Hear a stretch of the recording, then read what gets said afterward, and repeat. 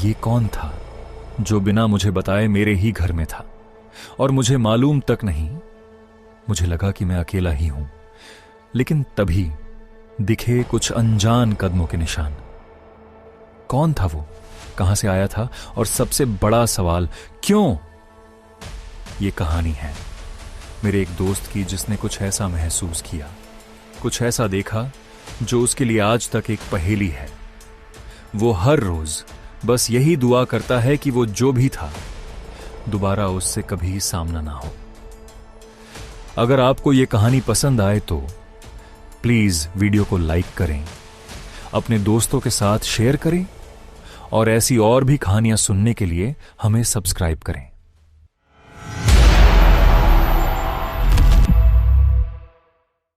पिछले क्रिसमस पर मैंने छुट्टियों में अपने परिवार से मिलने के लिए कुछ दिनों की छोटी सी छुट्टी ली थी।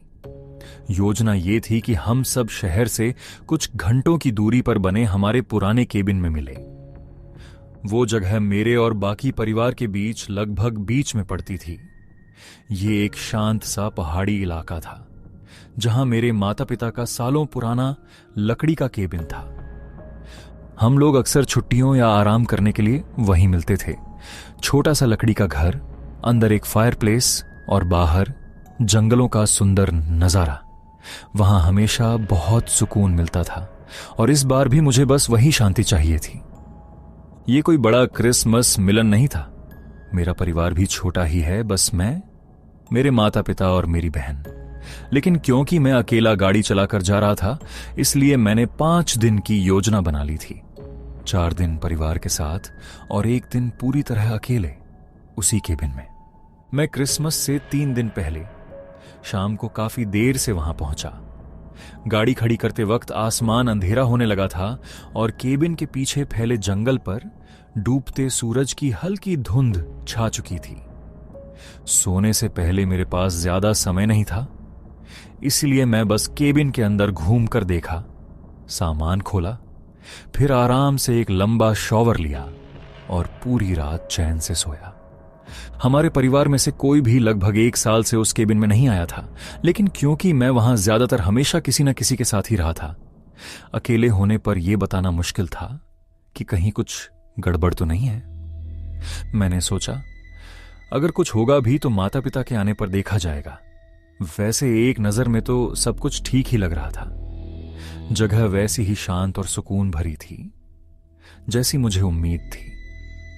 और अगला दिन वहां मेरा अकेले बिताने वाला इकलौता पूरा दिन था, इसीलिए मैं चाहता था कि उस दिन का पूरा मजा लूं और उसे यादगार बना सकूं। मैं सुबह जल्दी उठ गया, 1 कप गर्म कॉफी बनाई और उसे साथ लेकर जंगल की तरफ टहलने निकल पड़ा। सालों से हम लोग वहां घूमते आए थे, इसलिए जंगल के बीच एक कच्चा सा पैदल रास्ता बन गया था। वो रास्ता लगभग 2 मील का गोल चक्कर था जो पेड़ों के बीच से घूमकर वापस केबिन तक आ जाता था। उस सुबह काफी ठंड थी और रात में हल्की बर्फ गिर गई थी, जिससे जमीन पर बर्फ की पतली सी परत जमी हुई थी। जंगल में बिल्कुल सन्नाटा था। सच कहूं तो मुझे बस पेड़ों के बीच से बहती हवा की आवाज ही सुनाई दे रही थी। मैं मुश्किल से आधा मील ही चला था कि अचानक रास्ते पर बर्फ में कुछ अजीब से निशान दिखे।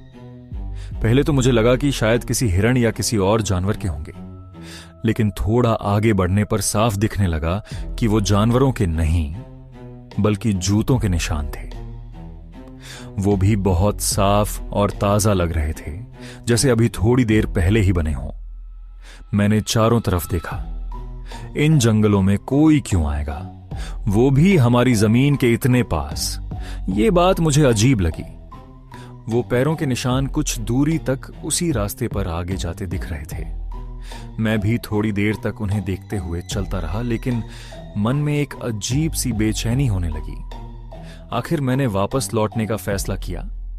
खुद को समझा रहा था कि शायद कोई शिकारी रहा होगा या आसपास किसी और का भी केबिन हो, लेकिन फिर भी सुरक्षित रहना बेहतर लगा। मैं किसी सुनसान जगह पर किसी अजनबी से सामना बिल्कुल नहीं करना चाहता था। वापसी के पूरे रास्ते मेरे दिमाग में बस यही चलता रहा कि आखिर कोई वहां क्यों था।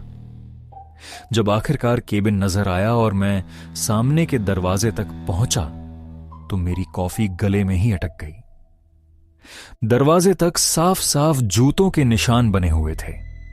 वो निशान उसी दिशा से आ रहे थे जहां से रास्ता खत्म होकर वापस केबिन की तरफ घूमता है। ये तय था कि ये निशान पहले वहां नहीं थे। इसका मतलब ये हुआ कि जो भी यहां आया था वो बस कुछ ही मिनट पहले केबिन के बाहर खड़ा था। मैं घबराकर चारों तरफ देखने लगा। ऐसा लग रहा था जैसे कोई मुझे देख रहा हो, लेकिन नजर के सामने बस बर्फ से ढका सुनसान जंगल था। कुछ सेकंड बाद मेरे लिए वो डर सहन करना मुश्किल हो गया। मैं जल्दी से अंदर घुसा और दरवाजा बंद करके लॉक कर दिया। मेरा दिल जोर जोर से धड़क रहा था।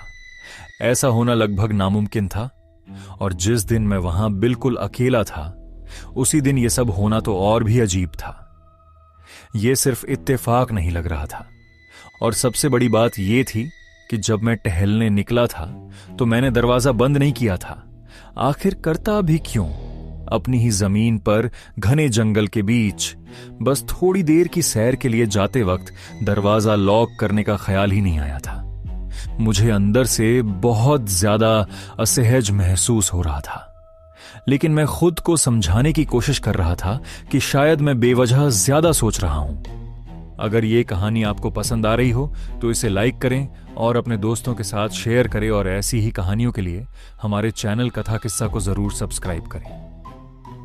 हो सकता है कोई अनजान इंसान उस रास्ते से गुजरा हो, ट्रेल को फॉलो करते हुए केबिन तक आ गया हो और खिड़कियों से झांक कर यह देखने की कोशिश की हो कि जगह खाली है या नहीं। जब उसे समझ आया होगा कि यहां कोई है तो वो चला गया होगा।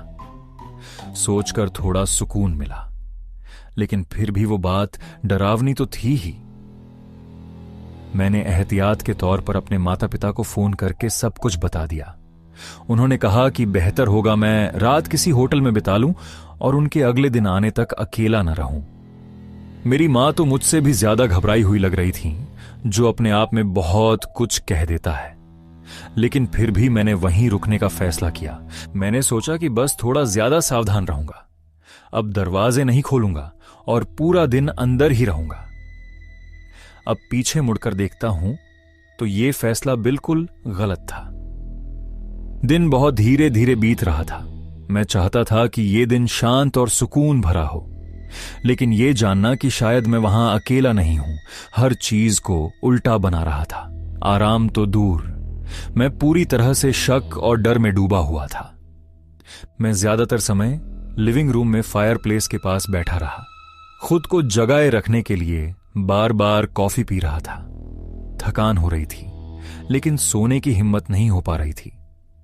आंखें बंद करना सुरक्षित नहीं लग रहा था, जैसे अगर मैंने जरा भी ध्यान हटाया तो कुछ बुरा हो सकता है।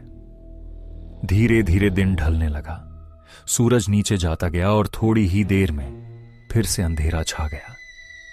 केबिन के आसपास का जंगल एक अजीब सी शांति में डूब गया। कमरे में बस फायरप्लेस की आग की छटकने की आवाज और हल्की रोशनी थी। इतने घंटों बाद भी मेरे दिमाग से वो जूतों के निशान निकल नहीं रहे थे जो सीधे केबिन तक आए थे। जैसे जैसे थकान बढ़ रही थी और मुझे एहसास हो रहा था कि किसी न किसी वक्त मुझे सोना ही पड़ेगा, मैं किसी तरह यह जानना चाहता था कि क्या अब मैं सुरक्षित हूं। कोई एक संकेत जिससे पता चल जाए कि वो इंसान सच में जा चुका है। और अजीब बात यह थी कि उसी पल मेरे दिमाग में पहली बार यह ख्याल आया कि मैं ये देख सकता हूं कि केबिन तक आने के बाद वो पैरों के निशान आगे कहां गए थे। क्या वो वापस उसी रास्ते की तरफ मुड़ गए थे या फिर जंगल के अंदर कहीं गायब हो गए थे? जो सोचने में ही रोंगटे खड़े कर देने वाली बात थी।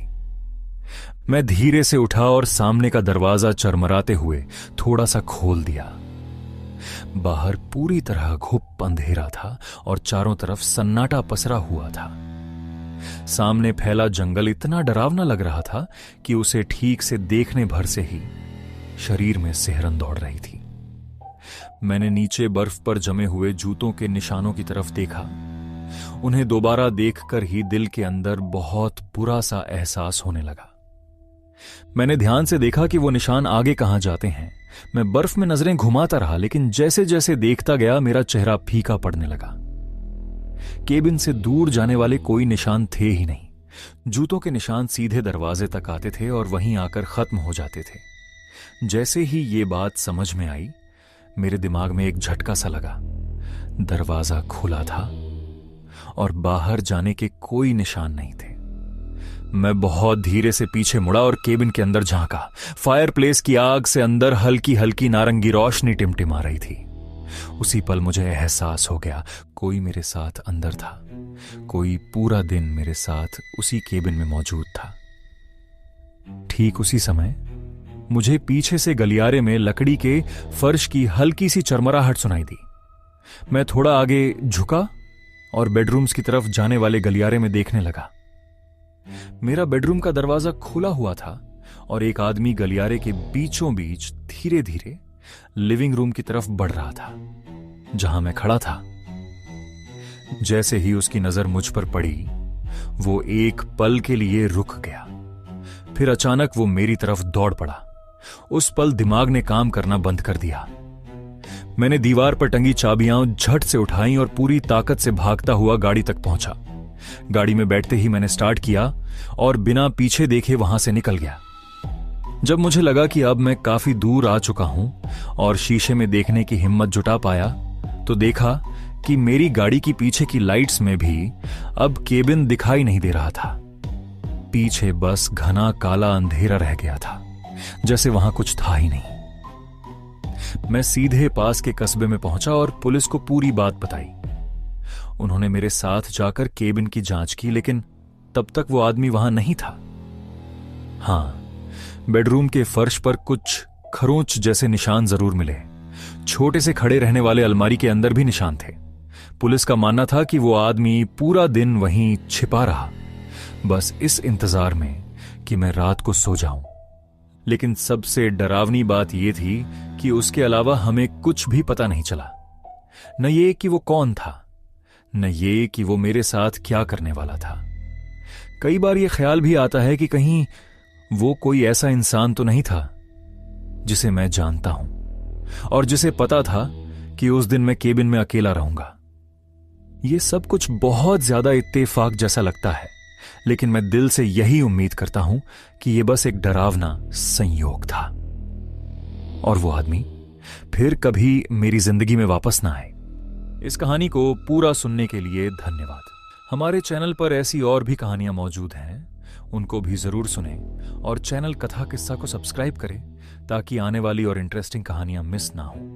अपना फीडबैक हमें कमेंट सेक्शन में जरूर दें। अगर कहानी आपको अच्छी लगे तो लाइक और अपने दोस्तों के साथ शेयर करें। फिर मिलते हैं अगली कहानी के साथ। तब तक के लिए सुनते रहिए कथा किस्सा।